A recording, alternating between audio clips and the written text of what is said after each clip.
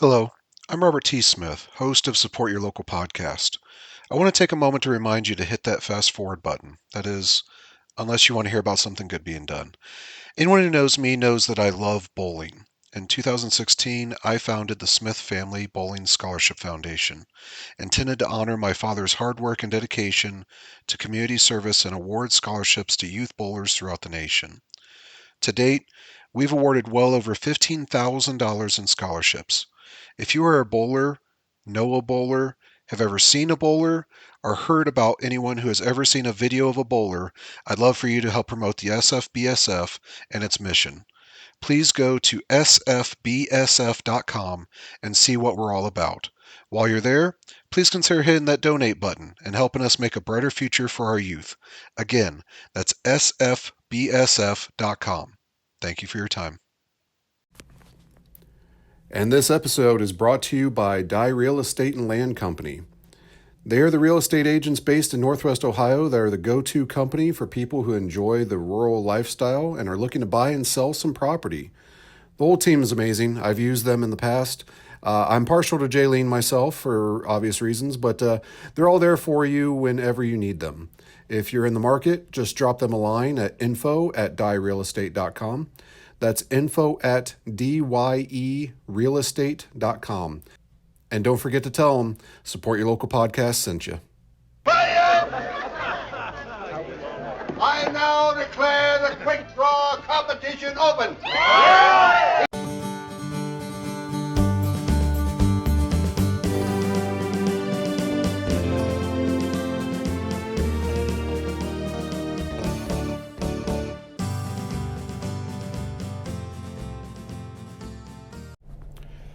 Howdy, everyone.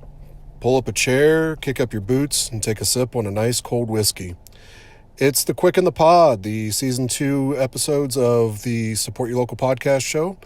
This time where we take a look at the 1995 Western classic, The Quick and the Dead by Sam Raimi. I am your host, as always, Robert T. Smith, coming to you from beautiful Tombstone. Yes, that one. Today we're going to take a look at Chapter 13, Dinner Invitation. I want to start off first by saying that Mr. Black was supposed to be joining us today for this chapter. Unfortunately, due to issues on my side, a lot of life kind of being thrown at me all at once, I was not able to get Mr. Black onto this episode. Hopefully we can catch up on a later one, but I will do my best to try to get through what is definitely a pivotal scene in this movie.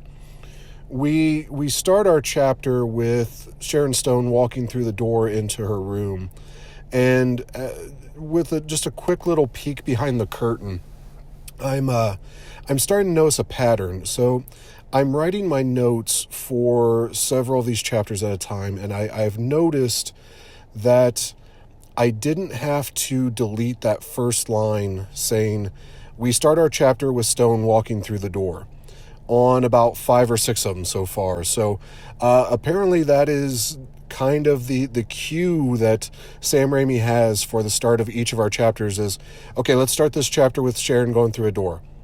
Okay, the next chapter, we're going to have Sharon going through a door. Just a neat little thing that you see, a pattern that you'll see only when you're kind of doing things in the format that we're doing. So she's walked through her room door, the saloon door. It's literally just something that you only see when you're breaking it down chapter by chapter and trying to do it sitting down all at once. But anyways, she looks around the room as if something is a bit off, and she finds a letter sealed sitting there. She opens it to find that she's been invited to dinner tonight by John Herod. And I am jealous of the beautiful handwriting on the letter, having the script writing that could rival any doctor's prescription, I promise you. But just interesting that a grizzled gunfighter like Mr. Herod would have such penmanship. So I wonder if maybe one of his servants wrote the letter for him, or if this is just a talent of his own. A soft guitar song begins to play as she throws the invitation, a dress, and a small Derringer gun on the bed. Apparently she's going to accept this invitation, but perhaps she's going to use the opportunity to her advantage. We're going to assume from the dreams that she had earlier on that she just may be the little girl, and maybe Herod had something to do with something bad happening to our poor Lieutenant Dan, whoever he may be to her. We get a beautiful shot of the mountains and the setting sun, and I can tell you something that anyone that follows me personally on social media knows. Shots like this, while beautiful because of the cinema photography. Why did I write this word that I know I damn well can't say? Cinematographer are 10 times more breathtaking in real life out here in Arizona. I'm constantly uploading photos of the mountains and what I like to call the cotton candy sky out here. And that's just on my little old iPhone with no real photography skill coming from myself. But the pictures just can't do it justice. You kind of have to see them in real life to fully appreciate it. It's now nighttime, and the lady dressed up in a dress and shawl is walking past the fountain, and the fountain's lit with numerous candles. She's approaching Herod's house, completely lit from the inside. We cut to court, and he's still handcuffed, and he's struggling to reach a glass of water that is just out of reach. It's a nice little bit of evil on the part of Herod and his men.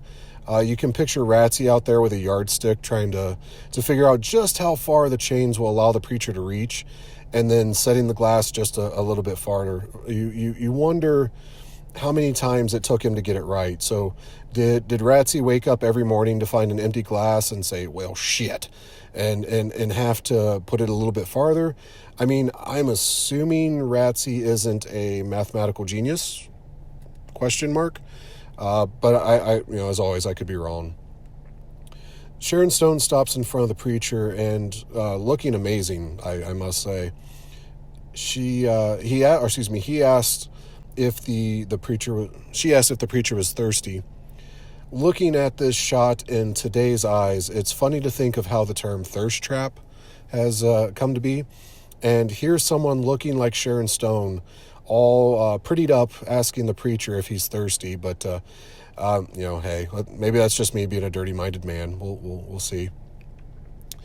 Russell Crowe tells her that she didn't have to get all dressed up just for him, to which she replies that she, in fact, didn't. He then makes the mistake of outright slut-shaming her. He says last night, the kid, and then this night, Herod, you're a busy woman, and any man you're not interested in. And she, of course, gets offended and says, yes, you. She turns and leaves, rightfully so. I have to comment on the fact that Sharon Stone has great hatred in her eyes at that point. She plays pissed off very well, one that you definitely see in like Casino and a few other movies, but definitely do not want to get the Sharon Stone glare directed towards me. Russell Crowe looks at her leaving and then licking his lips, I assume at the prospect of the water, but hey, could have been for her. He gets back to trying to get to the glass, and he finally gets the tips of his fingers to it and accidentally knocks it over, spilling it out in a nice little comedic bit. This is definitely karma here, and at this point, Court and the lady have a very tenuous relationship. She stormed off after hearing that he used to run with Herod, but she had saved his life previously, and he gave her the tip about the clock making the noise before it chimes. So there's no real reason to think that she has as mean a streak as Herod and his men.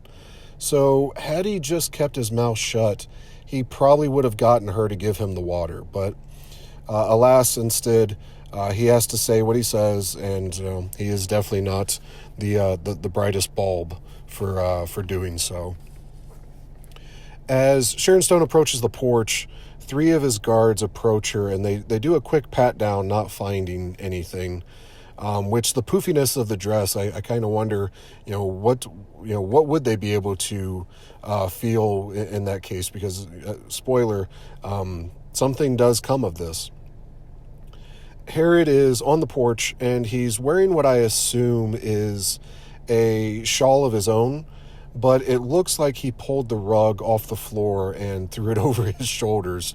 It's just an interesting pattern. It looks like a very thick material. Looks like something that my parents would have as a kitchen rug. Herod says that the lady may not see the similarities between them, but they are both winners, and she must be shining with happiness from winning and surviving today, but he doesn't do it for the fun. The town is full of horrible people that would kill him any chance that they got, and he does this contest so that he can get to the best of them.